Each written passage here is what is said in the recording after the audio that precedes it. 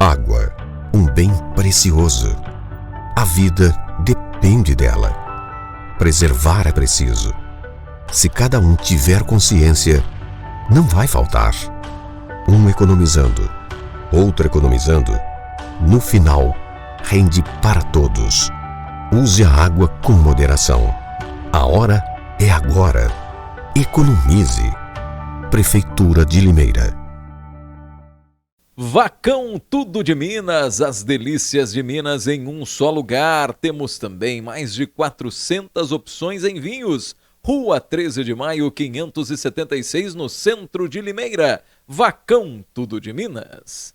Chegamos a um momento muito importante da campanha contra a Covid-19 em Limeira. Todos os públicos aptos a serem vacinados já estão bem adiantados. E atenção, quem já está no período de tomar a segunda dose e a dose de reforço, façam isso imediatamente. E mais, usar máscara, álcool em gel, higienizar as mãos e principalmente manter o distanciamento são as armas fundamentais contra o coronavírus.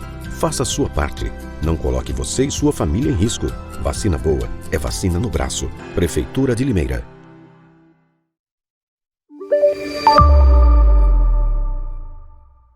Para você que acompanha o Rápido no Ar, começa a partir de agora o primeiro episódio do Podcast de 2023.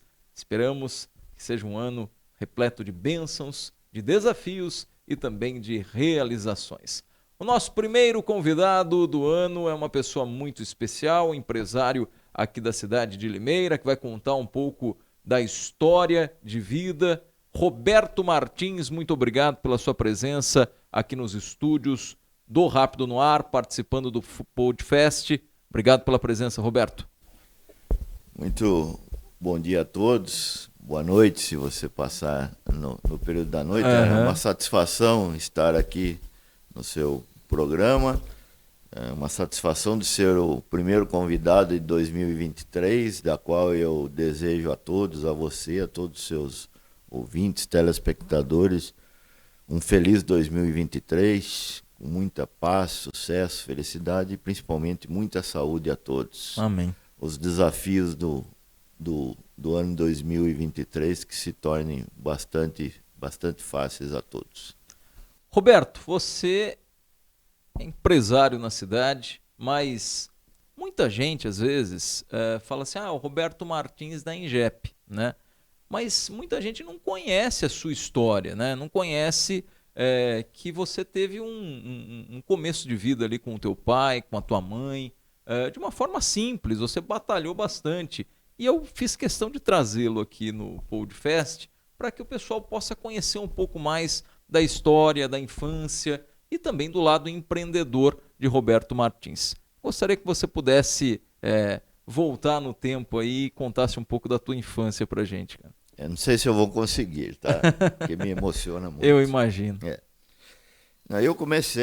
Eu sou filho na época de um operário, de um carpinteiro, marceneiro, né, que trabalhou no Lucato. E a minha mãe do lar, graças a Deus, minha mãe é viva até hoje, aos 92 anos. Meu pai, infelizmente, faleceu novo, em torno de 70 anos. Aí meu pai acabou tendo 11 derrames, um por ano, 11 anos na cama, por motivo de cigarro. Meu pai fumava muito, né? Então eu perdi meu pai, que eu tinha aí, meus 35 anos. Uma perda bastante sentimental para mim. Eu que sou filho único, né? Sou filho único. E comecei a trabalhar com 12 anos e meio em um escritório de contabilidade. Meu pai tinha dificuldades, o meu pai, na época, ganhava-se muito pouco, era operário, né? Naquele tempo não tinha profissão, carpinteiro, mestre de obra, tinha um chefe de seção e o resto todos eram operários, né? E meu pai era operário na época, e a gente tinha dificuldade, graças a Deus nunca passei fome, mas nós tínhamos dificuldade. E eu com 12 anos e meio falei, pai, eu quero ir trabalhar, eu quero ajudar aqui em casa. E meu pai nunca aceitou que eu ajudasse em casa. Meu pai, o dinheiro que eu ganhei era todo meu para mim fazer o que eu quisesse dentro de algumas determinações do meu pai. Não podia gastar tal.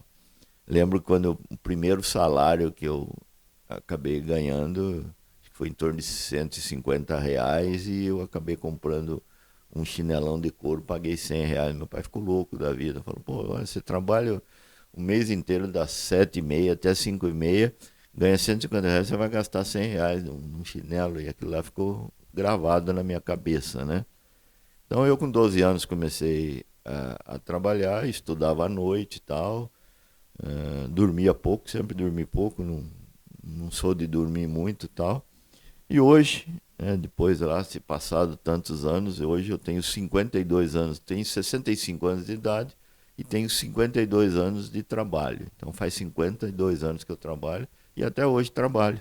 Acordo às 6h30, 7 horas, estou lá na empresa todo dia às 7h30 e vai até 2 anos atrás ia até às 19 horas. Agora de 2 anos para cá, eu passei a sair às 17 horas para fazer minha caminhada, que eu sempre fiz, nunca deixei de praticar o esporte.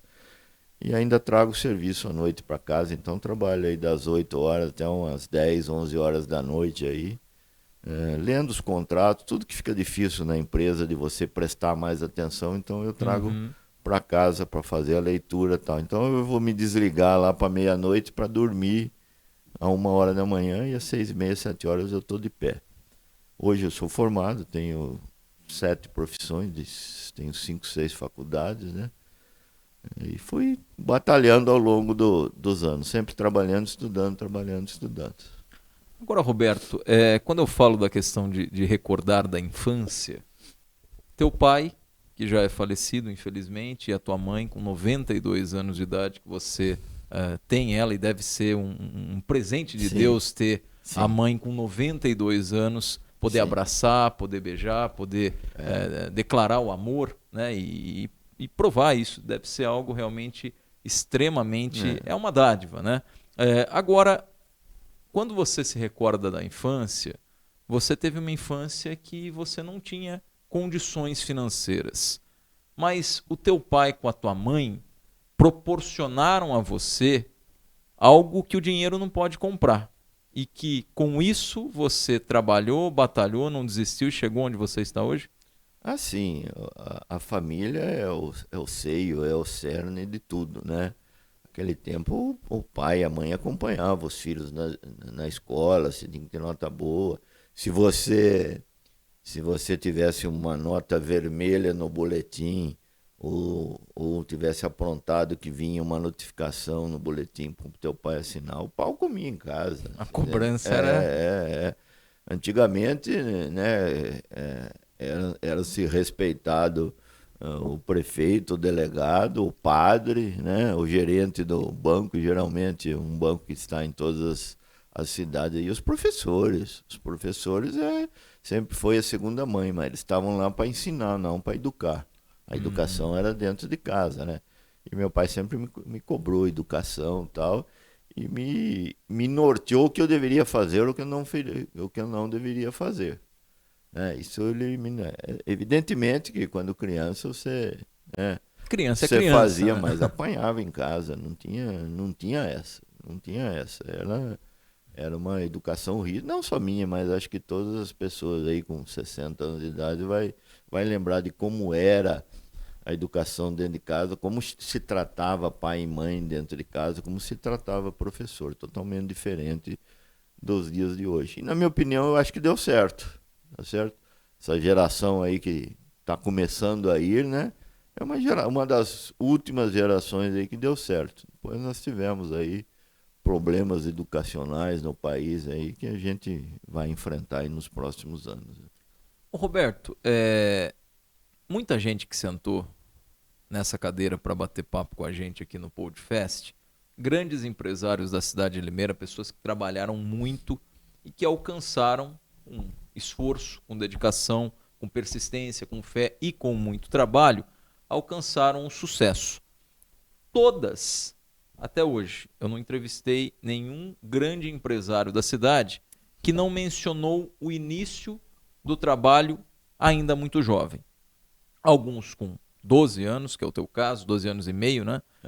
Outros até um pouco mais cedo, um pouco mais tarde, com 13, com 14, com 10 anos de idade. Mas não significa que a gente está aqui fazendo qualquer tipo de apologia a um trabalho infantil. Não é isso. O que a gente está pontuando aqui é que começar a dar responsabilidades para a garotada logo cedo, isso não mata ninguém. E Com isso, certeza. isso, eu não estou dizendo trabalhar e se ausentar da escola.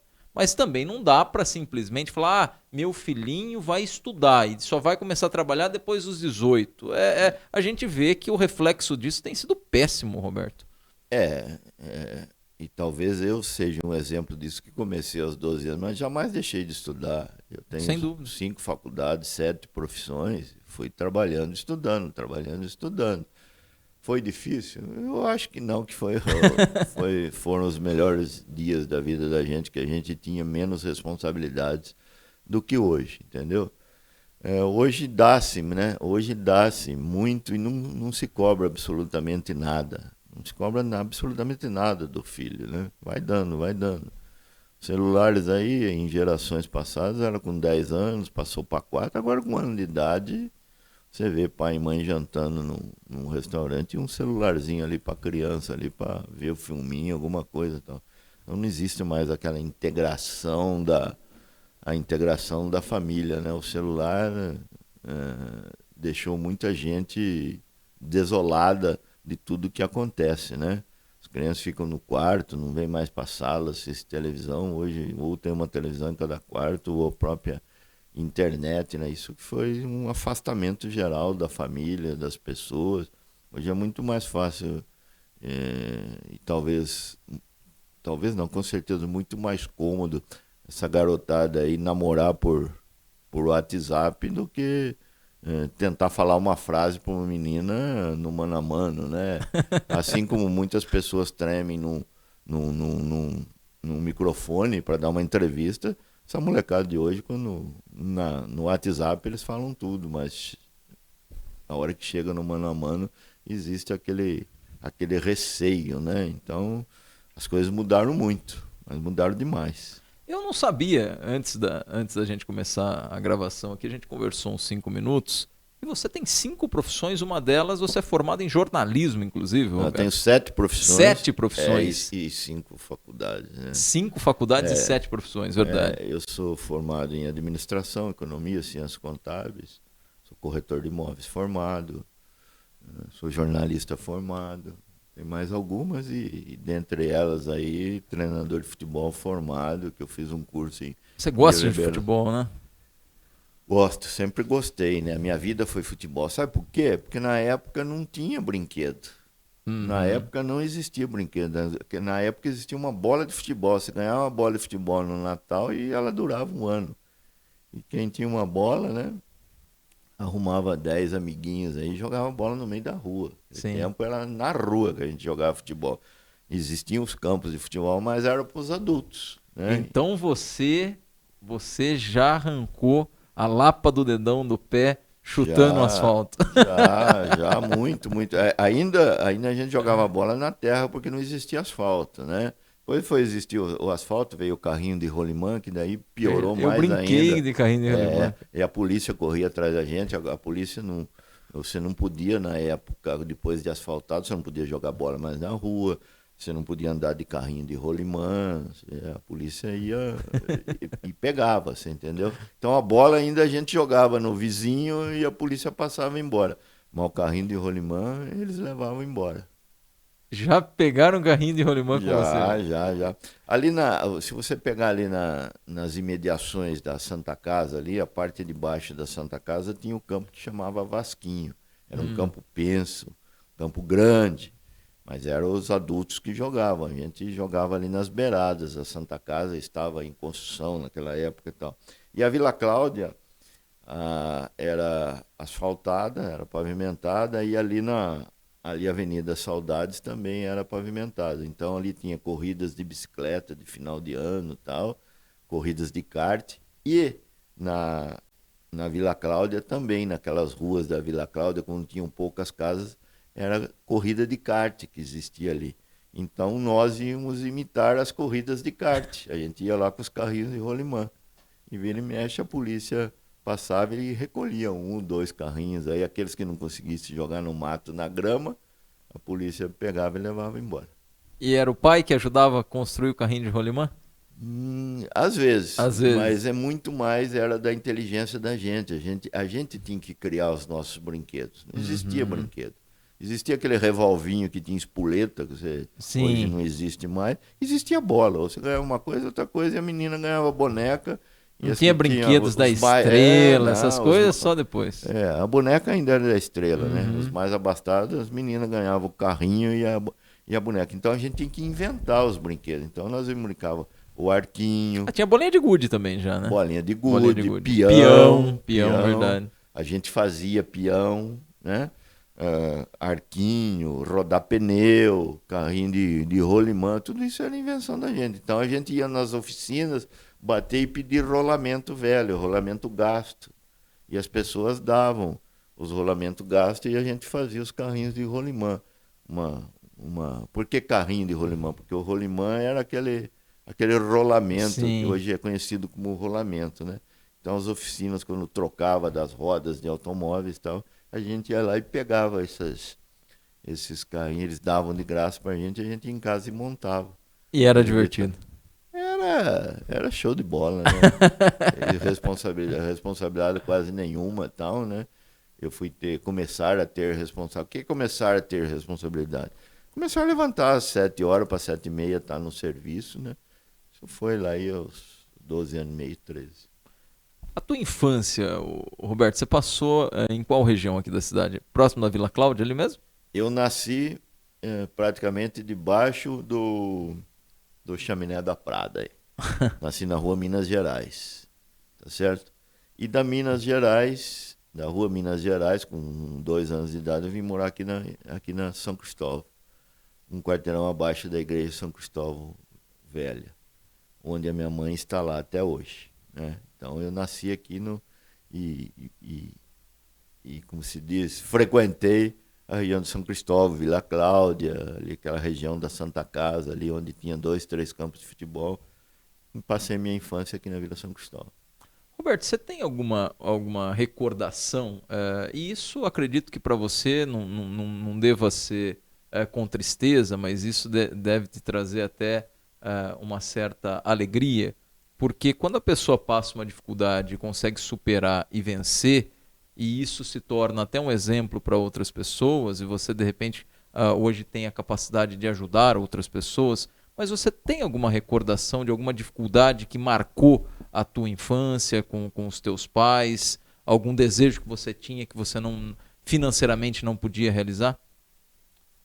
Eu tive vários, né? Naquele tempo, o dinheiro era contadinho para fazer e tal. Na época, eu gostaria de ter feito na escola o projeto Rondon, por exemplo, que era... Você ficava lá, eu não lembro se era um mês na Amazônia e tal. Eu não consegui fazer, é uma das minhas frustrações, né? Eu gostaria de ter feito esse projeto, acho que chamava Projeto Rondon, pegava os alunos das escolas, assim, você tinha que fazer inscrição, mas tinha que ter aí um dinheirinho para manutenção. E eu fui atrás tudo, mas não tive condição de ir e tal. Não me lembro do resto, graças a Deus eu não tive dificuldade, porque eu sempre fui filho único, neto único até os 30 anos de idade e sobrinho único. Então, graças a Deus, nunca faltou nada para mim, né? Nada assim, nada do necessário para você sobreviver, nada de supérfluo, né? Sempre o básico da vida. E graças a Deus, eu com 18 anos, quando tirei carta e já estava me formando, meu pai deu um Fusca para mim, entendeu? O sacrifício dele, ele me presentou. Ele falou, você quer ganhar um anel? Porque naquele tempo, quando se formava, você ganhava anel de formatura. Você quer ganhar um anel ou você quer ganhar um carro? Mais do que depressa, eu quis ganhar um carro. E meu pai deu um Fusca para mim, um Fusca velhinho e tal. Mas foi o que ele podia me dar e foi o início da minha vida. Facilitou muito a minha vida, porque a partir daí eu comecei a ter maior facilidade, porque a gente ia de escola, a gente ia de ônibus, né? Então eu comecei a ter locomoção própria e tal. Mas daí o dinheiro já já dificultava, porque tinha gasolina, tinha tudo contadinho, não tinha... O carro é quase uma família ali, uma né? família, você entendeu?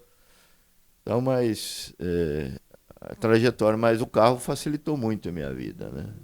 Eu lembro, eu fazia o tiro de guerra, eu trabalhava, fazia o tiro de guerra e fazia faculdade. Então, eu dormia 3, 4 horas por dia. Eu já deixava a roupa no serviço, então saía com a farda, fazia o tiro de guerra, saía 7h30, 8 horas, se não me falha a memória, já ia pro escritório lá, quando não tinha atividade física, não precisava tomar banho, só trocava de roupa lá no escritório mesmo. Quando tinha atividade física, aí você vinha para casa tomar banho e ia trabalhar, mas tudo de ônibus, ou ônibus ou a pé. Roberto, você se recorda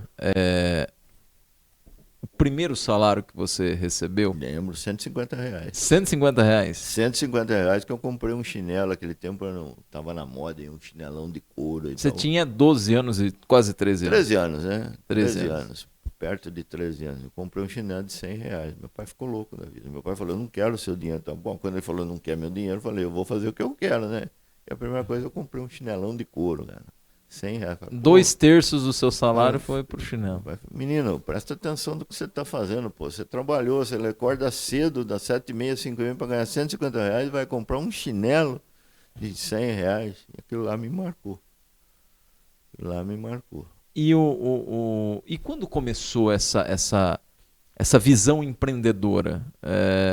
Quando que você falou, olha, eu tenho perfil, eu quero ser empresário, eu quero abrir o meu negócio? Na realidade já estava no segundo emprego e tal, e um amigo meu, da qual eu prezo até hoje, ele era contador da empresa, ele falou, eu trabalhava em escritório comercial, tomava conta de 90, 100 inscritas, né? Então eu tive um ótimo alicerce, porque eu fazia contabilidade, escrita fiscal de um bar, de um açougue, até uma empresa automobilística que vendia peças para automobilismo. Então você variava aí na legislação, né? Sem querer desmerecer um açougue, um bar, mas a legislação é menos complexa do que uma de indústria de peças automotivas. Então eu naveguei, né, aí por 2 anos nessa legislação, fui me aperfeiçoando, estudando e tal. E o contador, esse proprietário desse escritório, ele foi ser contador de uma empresa de pavimentação na época e tal, e falou, vou te levar para o RH. E de lá comecei, do RH, saí de 150 de salário para 770, assim, em 2 anos, você entendeu? E dentro dessa empresa eu fui crescendo, nunca mais saí, né? Fui ser contador, fui ser gerente da empresa, fui ser administrador. Mas sempre com essa vontade de aprender. E na época ainda eu cheguei a ter 2 empregos. Eu trabalhava de dia no escritório e à noite eu trabalhava num outro escritório, eu dava um apoio para alguma outra empresa aí e ganhava meus trocos aí em finais de semana, tal, que você tinha que dar alguma assessoria para empresas que estavam com problema administrativo. Isso com que idade, Roberto? Isso já com uns 16, 17 anos. 16, 17 anos. Eu não vou falar que ajudei muita gente. Fui ajudado porque na forma que eu fui trabalhar aos sábados, aos domingos, aí eu ganhava um extra. Uma empresa, tipo assim, bagunçada. O sócio, lembro de uma marcenaria, como se fosse hoje, né? Tinha um sócio que era o marceneiro que trabalhava lá fazendo sofá e tal, e tinha um sócio administrativo que não tinha muito conhecimento de legislação, tal. Então eu ia lá ajudar, ver como é que fazia, deixava meio norteado lá para ele fazer o serviço durante a semana e no final de semana eu ia corrigir. E assim ganhava, sei lá, R$200 no mês lá, você ganhava salário no mês de R$750, 770 que eu ganhava. Depois você trabalhava aí um final, você passava todos os finais de semana lá, todo sábado, você passava de manhã lá e ganhava R$200, era algo significativo, né? Para quem começou trabalhando ganhando 150, só nos finais de semana já... Então foi aí, eu sempre tive interesse em querer aprender, né? E isso me ajudou muito. O que você tem feito para combater a dengue? Fique atento, os casos não param de crescer. Elimine os locais onde acumulam água. É aí que o mosquito se prolifera. Faça isso uma vez por semana. O maior foco do Aedes aegypti está em seu quintal. Faça a sua parte. Acabar com os criadouros é a maneira mais eficaz de combater o mosquito e cuidar da sua família. Prefeitura de Limeira.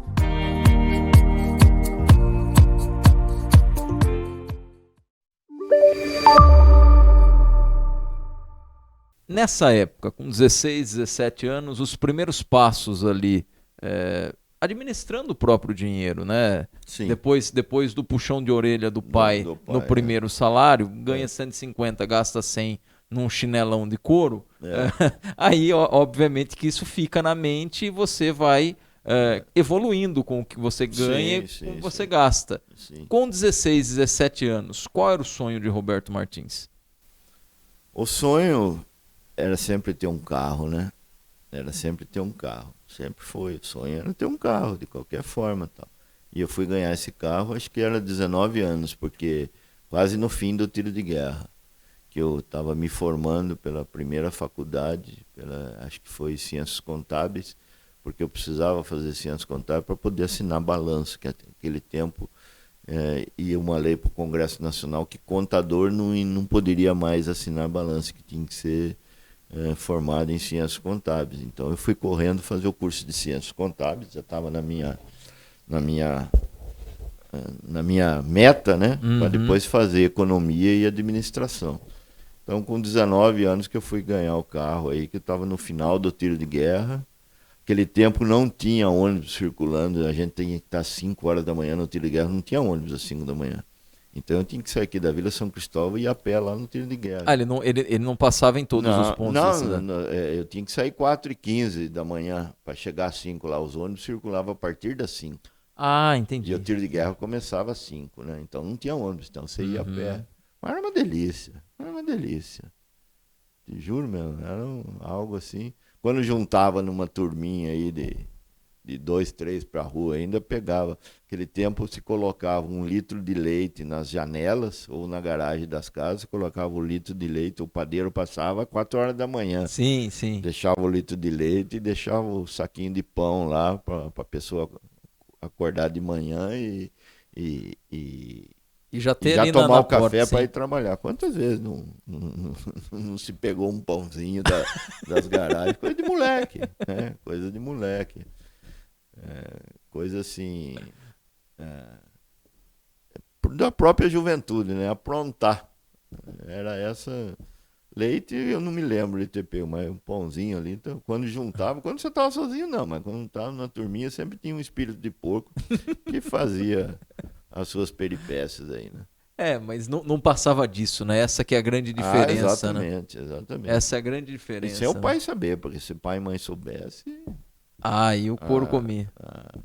Com certeza. Roberto, depois de tudo que você... A gente vai entrar ainda no bate-papo na questão de como que você entrou na questão do trabalho que você tem hoje, né? Da própria empresa. Mas antes, você falou que o teu sonho com 16 anos de idade era ter um carro.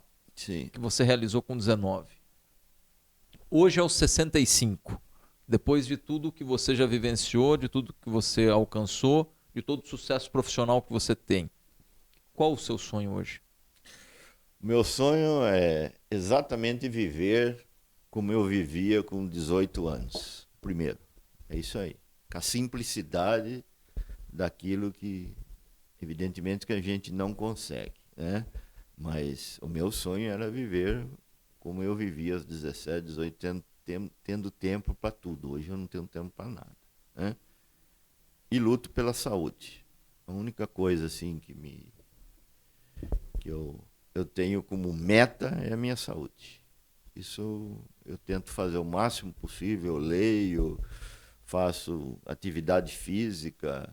De domingo que eu tenho mais tempo, eu ando 2 vezes. Eu ando de manhã e ando à tarde, tá certo? Porque a segunda-feira minha é meio complicada, então às vezes eu falho. Então já para me antever, eu ando 2 vezes por dia no domingo. Simplicidade total.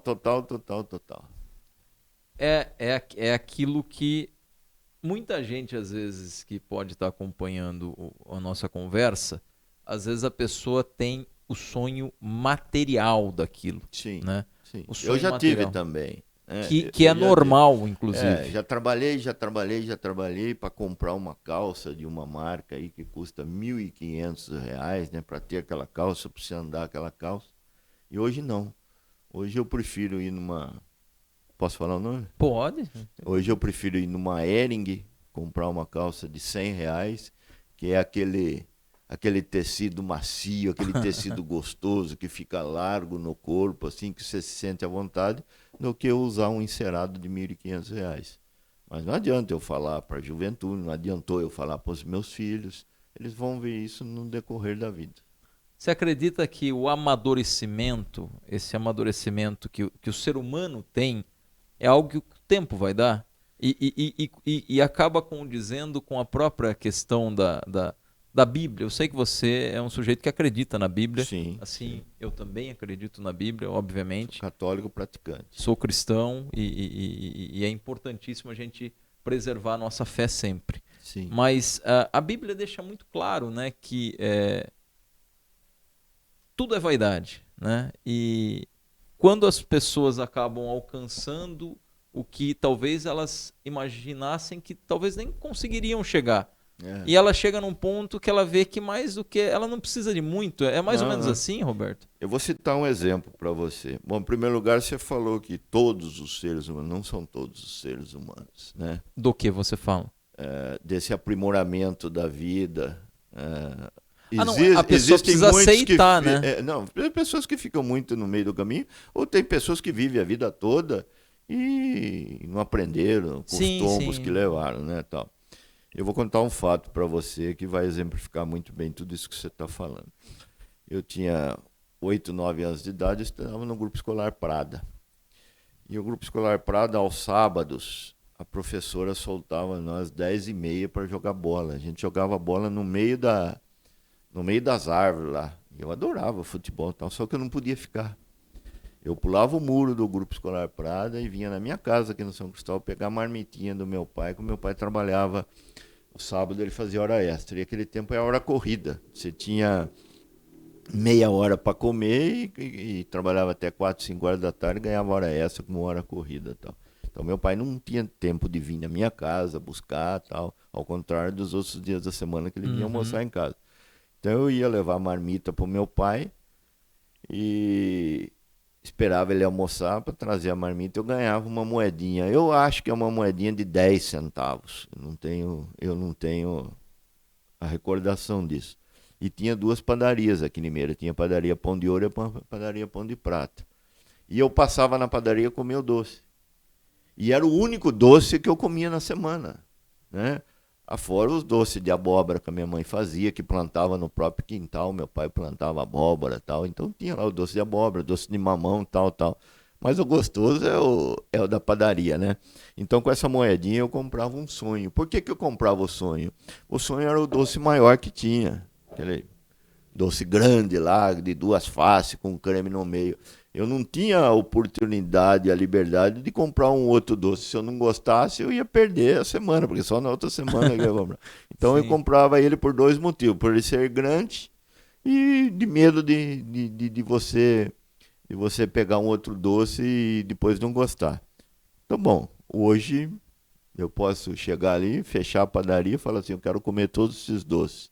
Eu posso até fazer isso, eu tenho recurso para isso, mas a minha saúde não permite que eu faça. Então a natureza é perfeita, não adianta, a natureza é perfeita. Eu vou citar outro exemplo para você, que eu falo que a natureza é perfeita, que foram a Harvard, né? Nós estamos no ano 2020, então estudaram 2.000 anos para descobrir que o leite materno já era descoberto, né, que é o primeiro melhor alimento Do mundo, né? do mundo. O segundo é o ovo, o terceiro é a água de coco, né? E quarto e quinto lá tem lá as suas coisas. Bom, ótimo. Mas 2.000 anos para você saber que o ovo, dentro do ovo nasce uma vida. Então faz mal. dá colesterol, dá isso, como todo mundo falava. Olha como nós somos analfabetos. E o coco, você tem uma árvore com 30 metros de altura, como é que nasce uma água dentro de um coco? Né? Então, e a água dentro do coco é estéril, inclusive, né? Você entendeu? Então é misterioso, né? Mas demoraram 2000 anos. Então significa que o pobre, ele vive melhor que o rico. O rico pode comer lagosta, camarão, pode comprar lagosta e camarão todos os dias. Mas se ele comprar e comer lagosta e camarão todos os dias, ele vai durar 6 meses, 1 ano, ele vai estar cheio de problemas de doença. E o rico vive com um pé de coco e uma galinha, ele sobrevive. Melhor de saúde do que qualquer um. Você vê como a natureza é perfeita, o equilíbrio dessa natureza é perfeito. E o sabor do sonho, quando era criança, era bom? Era maravilhoso, porque você comia aquilo que você lambuzava tudo e você vai comer o outro só semana que vem. Acho que o meu pai vai ter uma moedinha para dar no próximo sábado para mim. Você entendeu? Acho que ele vai poder. E fazia tudo que ele pedia. Você entendeu? Durante a semana e tal, sem pedir nada. Só na intuição de falar, pô, meu pai vai dar uma moedinha para mim no final de semana. A felicidade está nas coisas simples da vida, Roberto? Em tudo, né? Você vai, você fala de automóvel, de tudo. Vai ser louco para tirar uma semana para ir na praia, para ir, né? Aquelas coisas simples da natureza e tal. Tá ali, chinelo de dedo, na bermuda e na camiseta. Tem uma brincadeira, né? Uma brincadeira não, eu não me recordo se é uma foto que eu vi, ou se é um vídeo curto que eu vi, mas a mensagem marcou e eu não esqueci.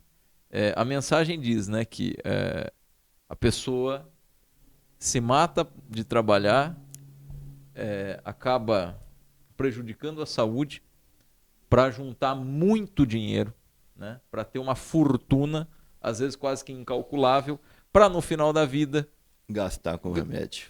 Não, assim, mas para no final da vida, além dessa questão, mas para no final da vida o sonho é ter uma casinha simples na beira da praia. E às vezes a pessoa é simples, tem uma casinha na beira da praia. Agora, esse lance do remédio é verdade. Às vezes a pessoa ela ganha tanto para depois pagar o tratamento da saúde. E para você que é empresário, né, você tem um esforço mental muito grande, né? Você tem uma responsabilidade muito grande. Hoje eu tenho, no grupo de empresa, eu tenho 600 funcionários. 600 funcionários é quase 2.000 pessoas que dependem do salário do dia 5 aí, né? Hoje a gente ainda tem o vale dia 20 e o pagamento dia 5.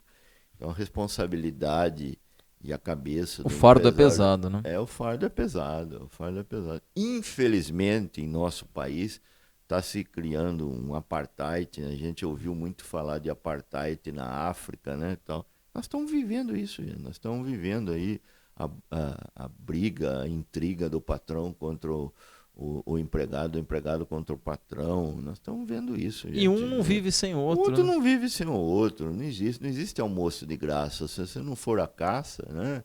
Você tem que ir à caça todo dia. O mundo foi feito dessa forma. Então, não existe essa briga do pobre, do rico, do pobre, do empregado, do patrão. Nós precisamos acabar com isso nesse país. Não sei como, sabe? Um depende do outro, né? Evidentemente que o seu esforço, você vai ser medido pelo seu esforço.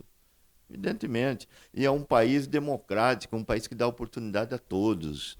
Se você é motorista de caminhão, você não está satisfeito de ser motorista de caminhão, você tem oportunidade de abrir um comércio, você tem a oportunidade de comprar um caminhão, o banco financia para você ir trabalhar, tal. Então, é um país das oportunidades. Você pega... Eu desconheço no mundo um país que tenha mais japoneses, mais italianos, mais libaneses do que o Brasil. O Brasil acolhe todo mundo e que tem vontade de trabalhar. Você pega os chineses, que vieram para o Brasil, eles sabem como é que é lá.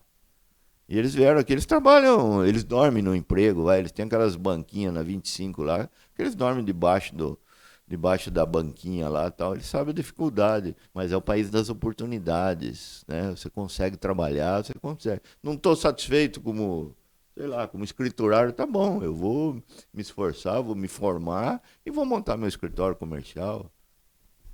Nada impede que faça isso, né? Nada impede que você faça tudo isso, entendeu? Então, por isso que é o país das oportunidades. Então, vamos acabar com essa briga, essa mesquinhez de patrão e empregado. Vem vindo uma geração aí que está sendo dado tudo, né? Ganha com 10 anos de celular, com 18 ganha um automóvel, sem ter contrapartida de quase nada, né? Então, essa facilidade faz com que a pessoa não pense, né? Mas o pai está se matando, o pai e a mãe estão se matando ali para dar o melhor para o filho. A igualdade, quando eu falo igualdade, eu falo no sentido de, olha, quem acorda às 6 da manhã e quem acorda às 11h30, meio-dia, tem direitos e vão receber a mesma coisa. Essa é a igualdade que eu falo. Essa igualdade é a maior injustiça que pode acontecer. Sim, sim.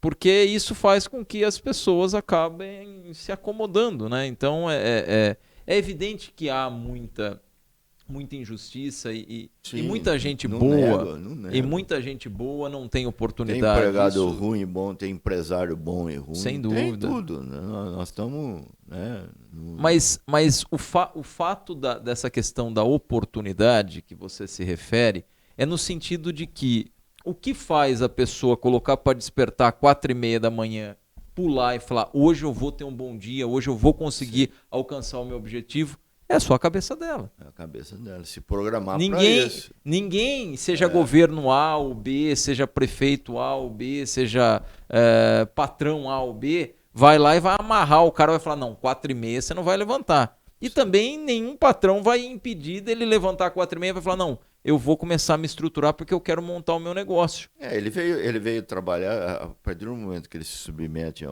um emprego, a uma carteira assinada, existem as regras da empresa. Você precisa chegar às 7h30, 7 horas. Ah, tudo bem, vai trabalhar. É um contrato, né? Ah, não estou satisfeito. Ótimo. Tem outras oportunidades. Vai ser patrão, monta um negocinho, faz alguma coisa. A questão de 15 dias atrás, eu peguei um Uber. Precisei sair de Uber, aí fui de um lugar para o outro e tal. E eu estava vendo que o cara estava meio perdido na cidade. Ele pegou o GPS lá, mas o GPS estava indicando ele por um lugar. Eu falei, não, pega, faz assim. Eu falei, você é novo aqui na cidade? Sou novo aqui na cidade e tal. Então pega esse caminho aqui que você vai cortando, você sai do trânsito das 5h30 da tarde e tal. Tá bom, então. Então certo. Aí eu vim da cidade de Ribeirão Preto. A cidade de Ribeirão Preto, o que era? Ele era gerente de uma empresa do Paraná que vende aqueles filé de tilápia. Então ele vende filé de tilápia aí em todos os restaurantes aí, ele é tirar pedido, né? Não é vender, é tirar pedido e tal. Ele falou, eu tô gostando demais da cidade e tal. Bom, conclusão. O que ele faz? Ele trabalha das 7 horas até as 4h30, 5 horas, porque as pessoas, compradores, 5 horas, você não vai mais chegar lá no supermercado que o comprador não está mais lá, né, tal. Então ele trabalha até as 5 horas, das 5 até as 10 horas da noite ele trabalha de Uber porque ele quer comprar uma casa aqui em Limeira. Ele está fazendo algo a mais. E ele é gerente. Não vou falar que seja um cargo ruim com salário ruim. O cara é gerente. Gerente de vendas. Além dele vender, ele coordena aqui. Ele vende em Limeira, mas ele coordena aí algumas pessoas para Cordeirópolis, para Piracicaba, até Piracicaba parece. E vai até São João da Boa Vista. Então, uma pessoa de um razoável conhecimento que ganha. Mas ele está fazendo das 5 às 10 da noite porque ele gostou da cidade de Limeira e ele quer residir aqui, ele quer comprar uma casa. Ele podia ficar só ali no emprego dele de gerente, que deve viver muito bem, mas está trabalhando de Uber. Está fazendo algo a mais para a realização do sonho. Você entendeu? É o país das oportunidades, tem oportunidade. Roberto, você acredita que apesar de ser o país das oportunidades, pro empresário em si, a carga tributária acaba dificultando um pouco uma geração ainda mais acentuada de emprego? Uma delas, Mas é o pior de tudo para o empresário, é a insegurança jurídica. Nós vivemos num país de insegurança jurídica.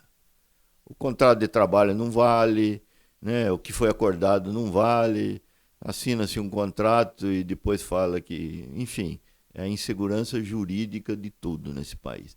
E a insegurança jurídica que leva à falência administrativa dos órgãos, e a falência administrativa que nós estamos vivendo, uma falência administrativa dos órgãos. Pega os órgãos governamentais, aí você vê a dificuldade de você tirar uma certidão, alguma coisa nesse É muito burocrático, né? E essa insegurança, essa forma administrativa, essa falência administrativa dos órgãos vai nos levar à falência financeira. Mais do que claro, qualquer órgão que você pega aí, que você fala, pô, na minha empresa eu faço com 2 funcionários, aqui tem 10 e eu tenho que demorar 90 dias, a próxima porta é falência financeira, não existe. Nós vamos viver uma falência financeira do país. A não ser que você mude a carga tributária de 40% para 50%, tá bom. Você muda de 40% para 50%, você diminui a exportação, você não é competitivo no mercado, aí volta o desemprego, tal. Você vai acreditar nessa faixa de desemprego que fala 10%? Não existe de desemprego de 10, 20% aí que eles falam, de 10, 12%. Não existe. Você quer procurar um pedreiro, você não acha. Você quer procurar um marceneiro, você não acha. Experimenta você ter um problema de encanamento na sua casa, se você não vai ficar uma semana com a torneira da tua casa vazando para você achar um encanador para ir lá arrumar essa torneira. E o engraçado é que, assim, trazendo mais para a cidade de Limeira, o número do CAGED, né, que mede o emprego com carteira assinada, evidentemente que esse número, em 2020, devido à pandemia, ele teve eu não vou saber precisar o número exato, mas teve um pouco mais de 1.000 empregos negativos. A soma é simples, quanto se contrata e quanto se demite. E 2020 teve um pouco mais de 1.000 negativo. 2021 já fechou positivo e agora 2022, até outubro, está com 6.000 positivos. E as empresas, inclusive, recentemente a gente soltou uma nota que a Loja 100, por exemplo, estava contratando pessoas. E outras empresas também estão contratando. Só que a resposta que eu tenho das empresas, nós estamos com muita dificuldade de achar mão de obra qualificada. Você tem absoluta certeza? Não só disso, e outros empresários amigos também. Mão de obra qualificada, essa conversa é de 2, 3, 5 anos atrás. Hoje é qualquer tipo de mão de obra. Hoje falta qualquer tipo de mão. Por quê? Falta vontade, será? O governo dá esse salário de R$600 aí e tal. Então a pessoa não quer trabalhar registrada. Essa é a dificuldade, entendeu? Ela prefere ganhar os seus 600 e trabalhar num emprego que não tenha registro e tal, porque se ele tiver o registro... Ou fazer um bico, salário-desemprego, por exemplo. A pessoa sai de uma empresa, ela só vai querer ser registrada daqui a 6 meses e tal. Mas isso aconteceu de forma bastante incisiva no próprio Estados Unidos também, viu? Em geral. Então a pessoa prefere ganhar os R$600 ali e trabalhar, fazer um bico aí até passar os 6 meses. Então, falta mão de obra de tudo. Falta mão de obra de servente, falta mão de obra de pedreiro, falta mão de obra de... Eu posso te mandar uma relação aí do que o pós-chuva aí eu vou utilizar. Preciso do operador de retroescavadeira, operador de moto-niveladora. Preciso de vários operadores que eu tenho vaga lá. Até para trabalhar em outra cidade, não consigo. Não preenche, Roberto. Não preenche. E todo mês tem?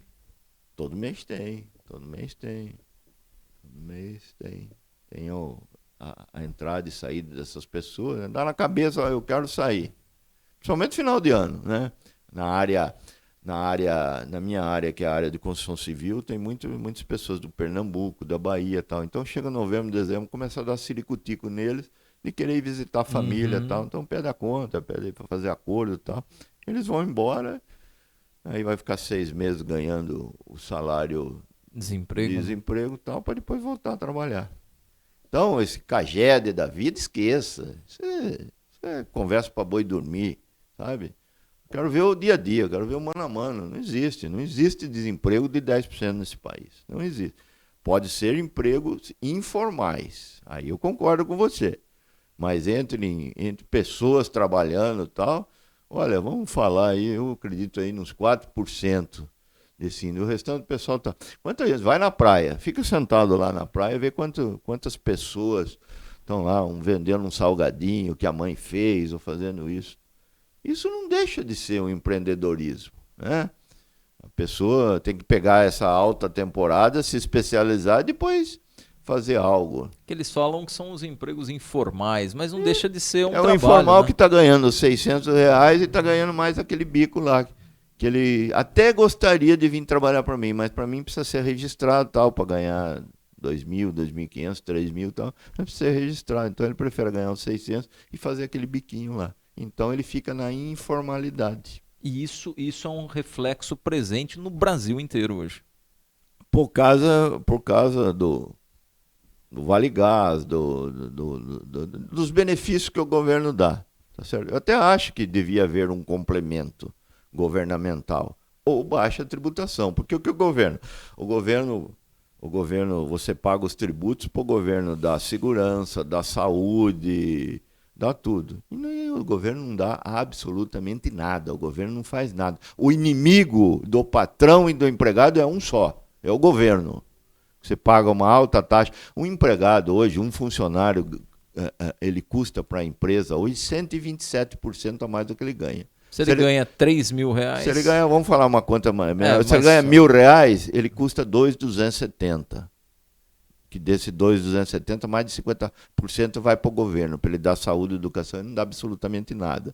Então, o patrão dá plano médico, dá plano de saúde, dá plano odontológico, dá cesta básica, dá algumas empresas o café da manhã. Enfim, o patrão pega para criar o funcionário, vamos falar assim, né? Se o motorista tiver com problema de droga e ele for admitido na minha empresa, assim, a partir do momento que ele assinar a carteira e eu detectar que ele tem problema, é eu que tenho que cuidar dele, você está entendendo? Então é tudo em cima do empresário. Não acho assim, nós temos que fazer o nosso papel na sociedade, mas diminua o tributo então, porque você está recebendo um tributo e não está dando esse retorno. Você está fazendo cabine de emprego em um monte de lugares aí, usando esse dinheiro, desvirtuando a função desse dinheiro. Então diminui a carga tributária e deixa eu pagar para o funcionário. Deixa eu pagar. Você vem trabalhar para mim que ao invés de você ganhar os R$600 dele, você vai ganhar 800, R$1.000, mas eu aumento seu salário. Mas diminui a carga lá. Para não ficar num Congresso Nacional com 500 mais, cada um tem direito a 80 pessoas, sei lá. Tal. É inimaginável, Roberto, assim, tem uma conta que eu vi uma vez, talvez eu não seja tão preciso nos números, mas para o funcionamento da máquina pública, só dos ministérios, e agora deve aumentar ainda, né? Dava mais de 1 milhão por dia. Mais de R$1 milhão por dia. Eu vou citar para você, vai. Por que precisa ter Secretaria da Saúde no município, Secretaria da Saúde... Quando eu falo secretaria, é o secretário mais 500, né? Por que precisa ter secretário do Estado? Por que precisa ter ministro da Saúde? Não tem. O problema é aqui no município, qual que é o percentual dos impostos que você vai ter? Eu tenho que passar lá 0,02% para Limeira e tal, para a saúde. Ótimo, não precisa ter ministério. Por que o Ministério do Estado? Para quê? Fala para mim, Ministério da Saúde do Estado. Secretaria da Saúde do Estado. Para quê?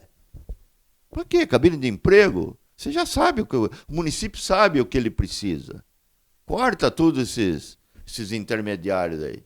Cria-se em Brasília um Ministério da Divisão dos Tributos e acabou.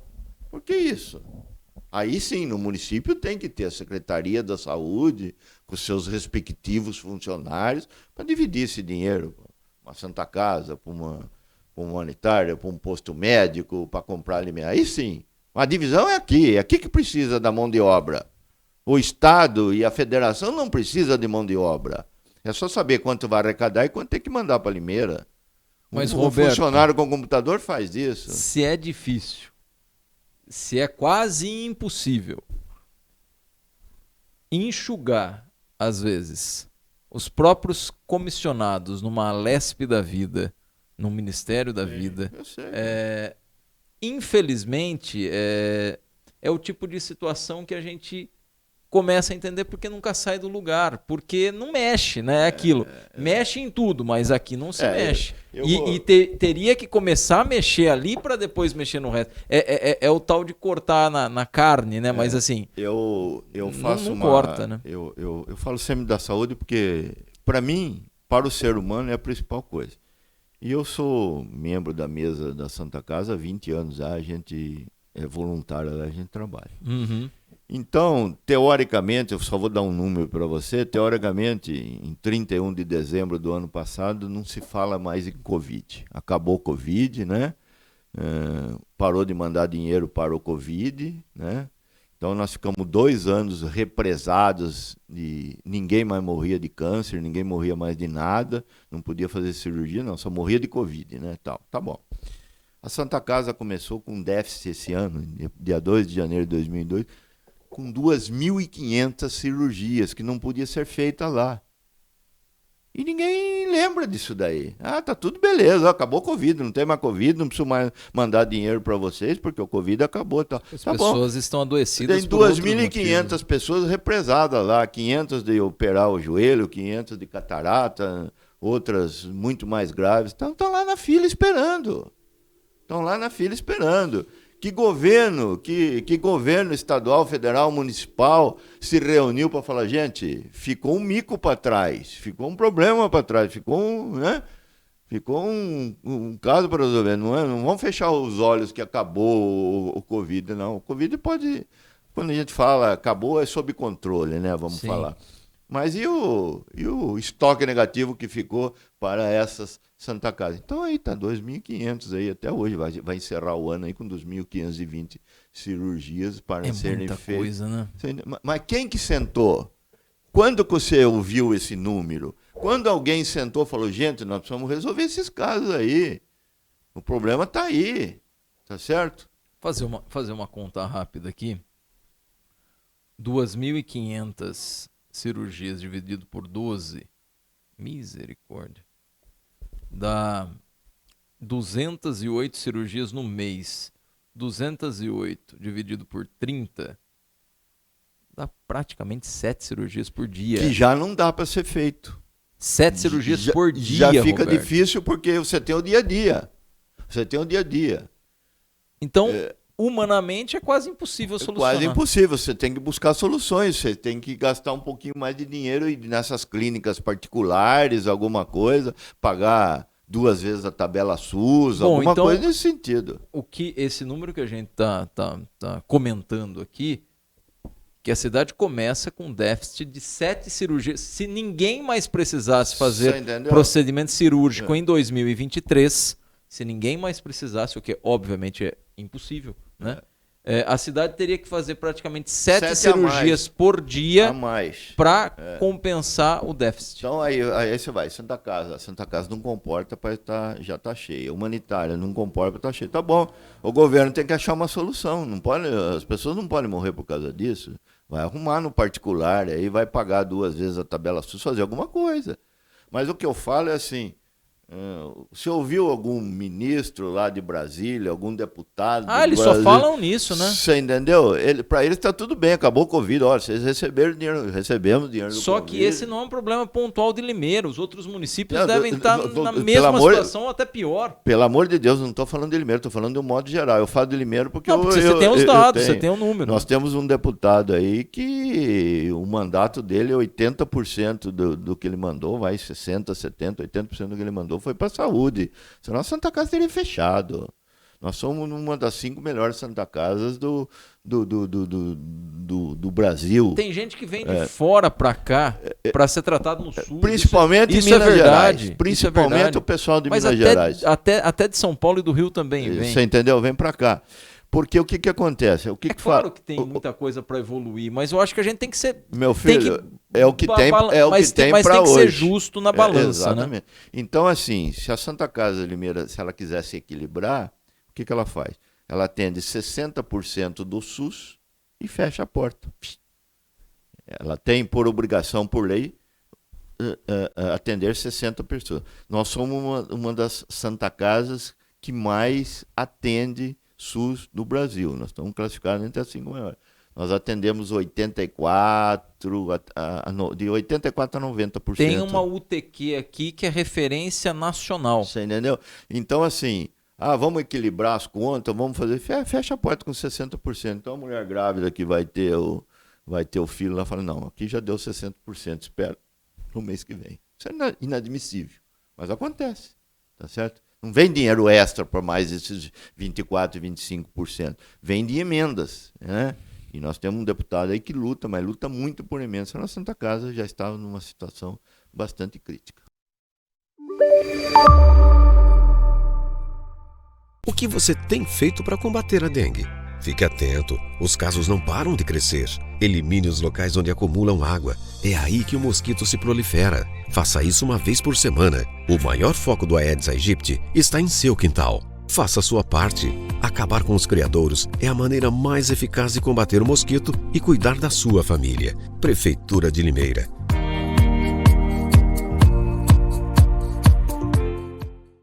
Dinamic, a proteção veicular que o seu carro precisa no centro de Limeira. 7 de setembro, 159, telefone 3704-0677. Proteção veicular completa a partir de R$ 90. Procure a Dinamic. Água, um bem precioso. A vida depende dela. Preservar é preciso. Se cada um tiver consciência, não vai faltar. Um economizando, outro economizando, no final, rende para todos. Use a água com moderação. A hora é agora. Economize. Prefeitura de Limeira.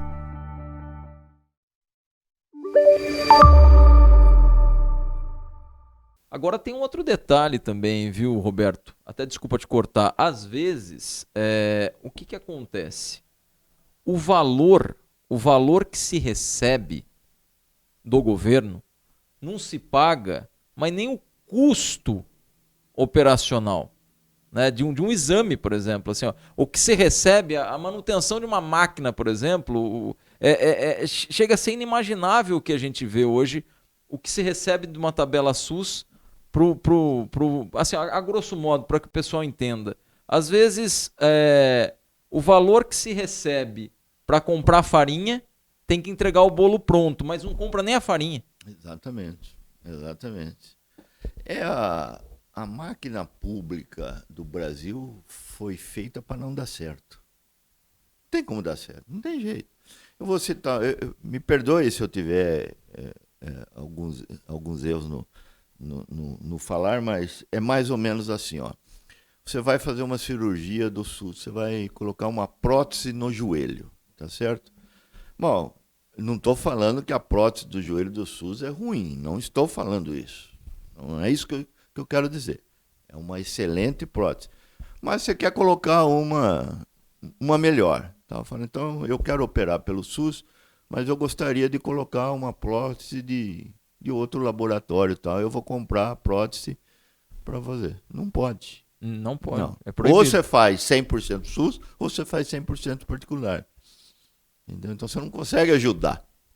Né? Não tem nenhum tipo de flexibilidade. Não tem nenhum tipo de flexibilidade, você entendeu? Esse fato de ser engessado é o que eu acho que atrapalha demais. Exatamente.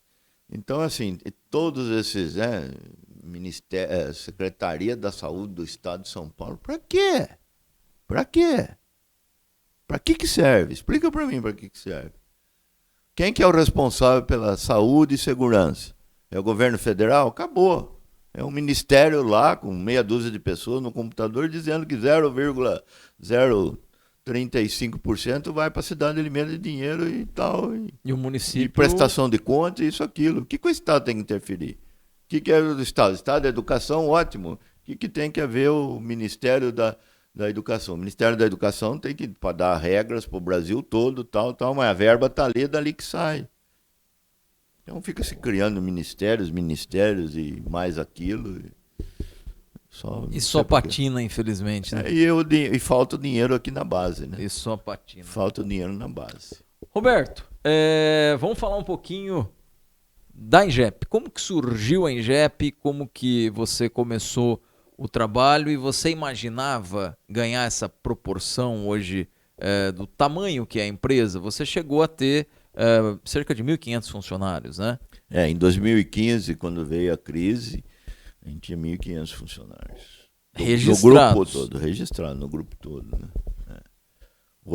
Quando você começou lá atrás, você imaginou um dia que você teria mais de 1.000 funcionários? Nem passou pela cabeça. Nem passou na cabeça? Mesmo em 2015, quando eu tinha, não passava pela cabeça, só passava no dia 5 aí. No dia 30 aí que você começava a esquentar a cabeça para fazer. Só ia acontecendo. Para fazer uma folha de pagamento de 1.500 funcionários, entendeu? O governo querendo o dele antes, né? Diga de passagem, você tem que recolher o imposto no dia 2 e no dia 5 você tem que pagar o funcionário. Nem isso o desgraçado espera, sabe? Ele quer antes, receber né? antes, entendeu? É o sócio carrasco da história, exatamente. Né? Então, isso que eu falo. O inimigo do patrão e do empregado é um só. Não é um inimigo do outro, é um só. O dinheiro vai para lá e não é bem aplicado. Então, diminui os tributos, passa lá de 37%, passa para 20% e faz eu passar direto para o funcionário. E aí, quando você começou a Ingep, são 40 aí? A empresa tem 40 anos. 40 anos, né? Como que você começou a trabalhar? Na realidade, eu trabalhava no escritório comercial e o contador desse escritório comercial foi trabalhar de contador nessa empresa também. Uhum. E ele falou, vou te levar para o RH. E eu entrei no RH, do RH eu passei para contabilidade, da contabilidade eu passei gerente e tal, até eu ganhar 1% da empresa. Pela minha capacidade de 1%, depois mais alguns anos ganhei mais, passei a 3%, depois passei a 10%, depois passei a 25%, 30%, que é a divisão do grupo hoje, né? Uhum. Mas foi tudo fruto do trabalho, foi tudo fruto de conquista. Mas não é conquista de um ano, é conquista de 52 anos. Eu tenho trabalhado 52 anos. Dentro dessa mesma empresa, 50 anos. Eu comecei como RH e fazia RH e office boy. Então, 10h30 eu pegava a motinho, fazia o serviço de banco, vinha em casa, almoçava e voltava para o trabalho. Então, fazia Quando RH. você entrou, a empresa já existia. Já com outro nome e tal. Era da família Lense, daqui de Limeira. Tinha pedreiras, tinha pavimentadora e tal, eu comecei ali, né? Pessoal, porque assim, eu não puxei o histórico do Roberto para saber tudo, porque o objetivo seria um bate-papo mesmo, né? Então por isso que eu tô te perguntando. E eu entrei quando montou-se a Ingep, montaram-se em 2 sócios e eu fui como gerente, como eu já conhecia o ramo, então foi um dos sócios um dos filhos do senhor Valdemar Lense e mais um outro sócio que montaram a empresa e eu fui como gerente, gerenciar a empresa, iniciar tal. E aí eu fui galgando cargos de gerente, fui até chegar a diretor. Essa crise aconteceu, essa dissolução da primeira família, parece que me aconteceu, se não me falha a memória, em 1982 ou 1985, onde nós tivemos 7 meses de chuva. E a chuva no meu ramo complica. Uhum. Então houve uma baixa violenta no faturamento, a empresa entrou em crise, e a família resolveu cada um ir para um lado e um só dos sócios que foi para a atual Ingep hoje e me levou eu como gerente. Quais são seus objetivos profissionais, Roberto? A gente está começando praticamente a primeira semana de um novo ano. Quais são os seus objetivos profissionais e o que você pensa para esses próximos anos? Eu estou muito confuso, muito Verdade. confuso. Faz um mês que não tomo decisão, sem tomar decisão, porque para mim falta falta o jurídico, né? Falta a minha segurança jurídica de querer investir no país. É isso que eu preciso. Se paga 30, vai pagar 40 de imposto, desde que todo mundo paga, estou dentro, não tem problema nenhum. É a carga, quem tem juízo obedece, né? Se a lei é para pagar 40, vamos pagar 40, todo mundo vai pagar, todo mundo, vamos embora. O problema é a insegurança jurídica. Existe uma insegurança jurídica total no país. Os investimentos estão indo embora, tal. Não estou falando de governo A e B, estou falando do atual momento desse país. Então estou esperando tudo isso se resolver, saber quem são os cabeças, quem vai comandar esse país. Há uma nuvem de insegurança que paira no ar. Para mim, com certeza. Eu acho que para 98% dos empresários é um nível de insegurança. Quem vai ser o ministro, quem vai deixar de ser, quem vai ser, qual vai ser a meta, qual vai ser a meta a ser atingida, entendeu? A gente precisa do norte, né? E precisa ter confiança nessa meta, né?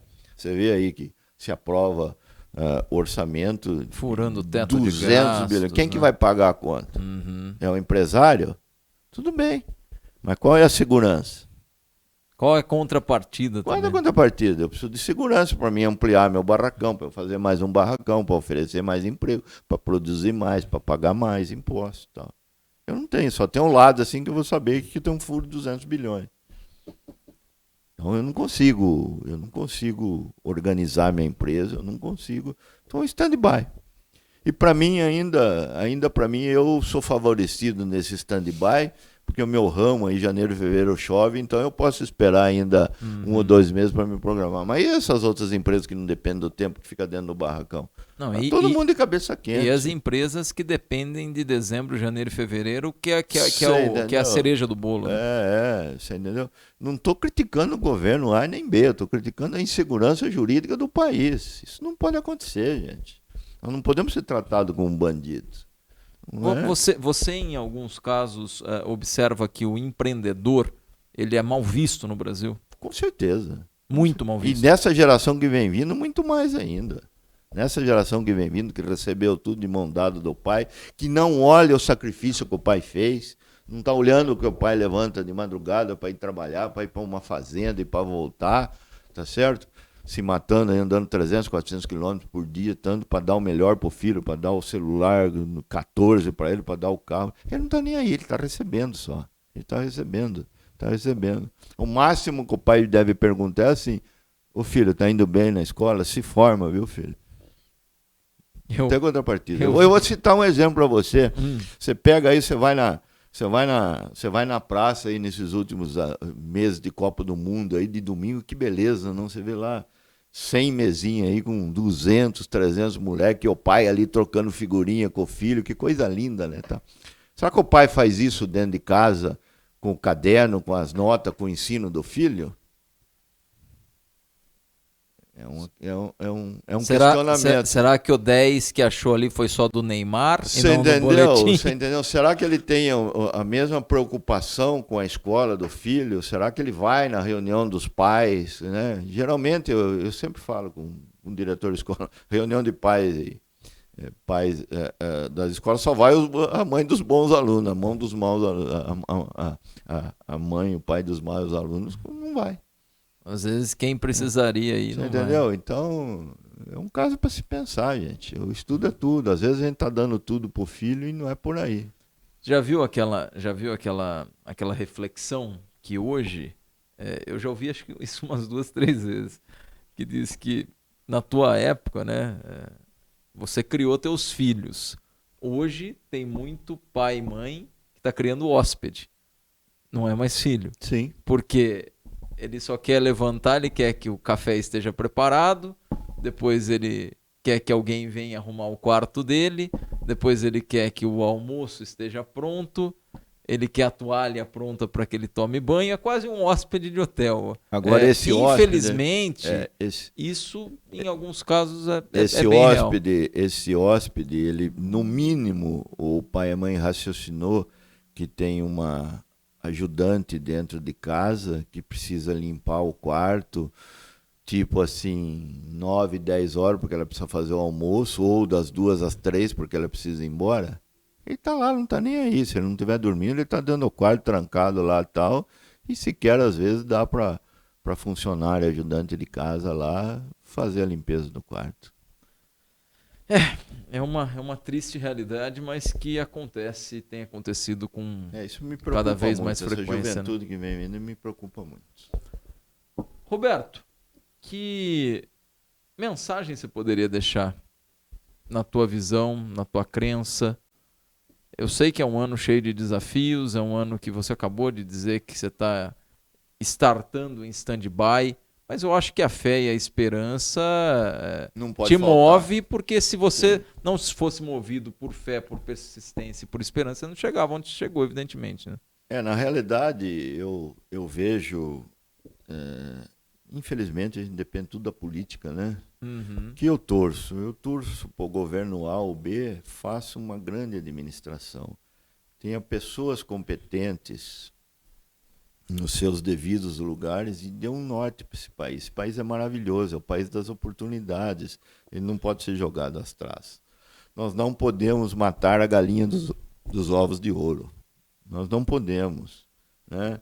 E eu acho que tem que ser valorizado um pouco quem empreende. O empreendedor tem que ser valorizado de uma forma ou de outra, você entendeu? É que eu falo, país das oportunidades. Não é porque eu sou empreendedor, mas está aí a oportunidade para fazer o que você quiser. Hoje você está trabalhando aqui numa emissora de rádio, você pode fazer o que você quiser depois. Eu acabei de dar o exemplo de um gerente que tira pedido. Ele está trabalhando das 5 até as 10 da noite para comprar uma casa. Então está com 2 empregos. Isso é empreendedorismo, gente. O sol que nasce nasce para todos. No Morumbi é o sol que nasce na Zona Leste. O sol que nasce no Casal Buono é o sol que nasce na periferia de Limeira. Com certeza é o mesmo sol. E é o sol, não digo mais valorizado, é o melhor sol do mundo. O Brasil tem o melhor sol do mundo. Não existe. Se você plantar milho com estilingue, nasce. Nós temos um fator primordial que é o sol, gente. Os outros países aí os outros países têm 8, 9 meses de frio e tal. E são países que têm um índice maior de depressão, inclusive. Países que têm um inverno muito rigoroso, que não acontece no Brasil. Sim, né? O nosso aqui tudo é festa, pô. Eu vou falar uma coisa para você. Se você colocar a natureza é tão perfeita, se você colocar o japonês aqui no Brasil, ele domina o mundo. O mundo não pode ser dominado. Se você colocar o americano aqui no Brasil, ele domina o mundo. O mundo não pode ser dominado. Então eu tenho comigo que nós não podemos ser tão inteligentes como os outros países do mundo, porque nós seremos eternos produtores de alimento para o mundo. Nós vivemos numa festa aqui nesse país. Qualquer coisa tem festa nesse país. Aqui, tudo que se faz, você consegue bons resultados. A agricultura nem se fale. Nós somos celeiro da agricultura do mundo. Então nós vamos ter uma inteligência bastante sofisticada, porque nós podemos dominar o mundo e o mundo não pode ser dominado.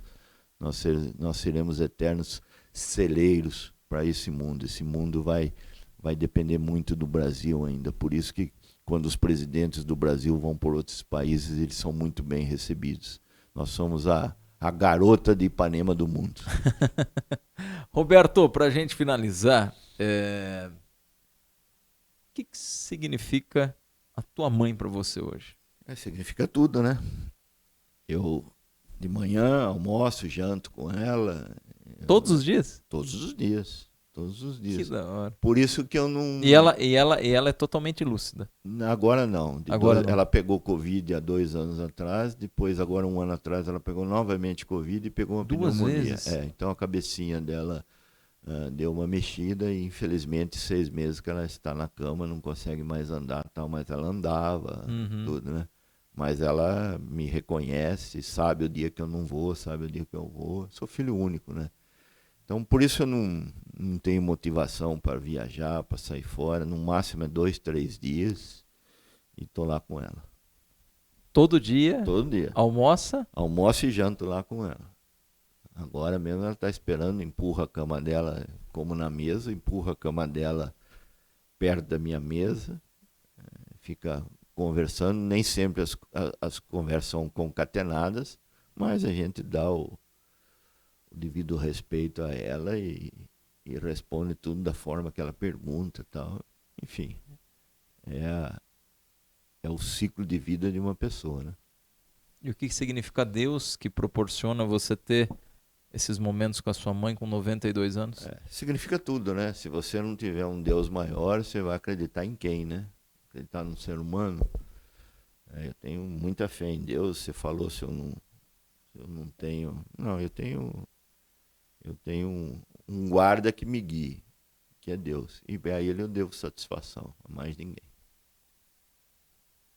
Gostaria de agradecer a tua presença aqui no nosso podcast, enriquecendo com as histórias de vida de mais uma pessoa que, com muito trabalho, com muita persistência, consegue alcançar os objetivos, mas muito mais do que ter sucesso profissional, muito mais do que ter sucesso financeiro, eu acho que é o crescimento humano de cada um. A evolução humana é algo que vale mais do que o dinheiro. Tem muita gente que está com a conta cheia, mas é tão pobre que só tem dinheiro. A evolução, a minha ideia, os meus objetivos com 15 anos e com 65 é totalmente diferente. Totalmente diferente. Você consegue o ápice, mas quando você consegue o ápice, você já está na descensão da sua vida. Eu falo assim, quantos anos você... Não, estou fazendo 1 ano a menos, né? Já estou na curva de descensão. Isso pesa, hein? Isso pesa. Eu tinha um amigo até um ano atrás aí, com 95 anos de idade. Eu era muito amigo dele, Renatinho de Almeida e tal, uma pessoa benquista na sociedade e tal. Eu conversava muito com ele. O que ele falava? Roberto, a minha decepção, minha depressão, né, em termos assim, é quando eu estava só. Porque, hoje morreu mais um, morreu. Fala, da minha época só tem eu e mais um. Eu não lembro o nome da outra pessoa que tinha. Ele tá falando, estou esperando chegar a minha vez. Né? Então, se você pegar, por exemplo, na minha prateleira, a prateleira dos 60 anos, já começou a faltar pessoas. Vamos falar aí, o Turcão aí, que acabou de ir essa semana, aí, o Ronaldo Soares, de 62 anos de idade. Então, já começou a mexer na prateleira da gente. E isso, quem tem sentimento, quem já passou por muito na vida, pesa na memória. Mas faz refletir um pouco mais também. Com certeza. Você começa a dar valor por coisas reais. Às vezes um bate-papo, uma boa conversa, uma prosa, uma risada. Amizade. Ontem nós fizemos um almoço que a gente faz todo mês com 14, 15 amigos. A gente tem uma rodinha de amigos, de 15 amigos aí. O nosso almoço ontem começou meio-dia, acabou às 4 horas. Entendeu? É onde você esquece de tudo e está ali com os amigos. Principalmente eu que sou filho único, não tenho irmão, não tenho nada. Prezo demais essa amizade. Que bacana. Eu espero que Deus possa te dar cada vez mais sabedoria e também saúde para que você continue com os seus negócios. Preciso. É o que eu mais preciso nessa vida. Preciso de saúde. E todos nós precisamos. Com toda certeza. O restante você conquista de acordo com... do jeito que você quer, da forma que você quer, no momento que você quer, no tempo que você quiser. Você consegue. E viver intensamente praticando o bem também é algo... Com certeza. Bem interessante, né, Roberto? Com certeza. O voluntariado faz a gente crescer muito.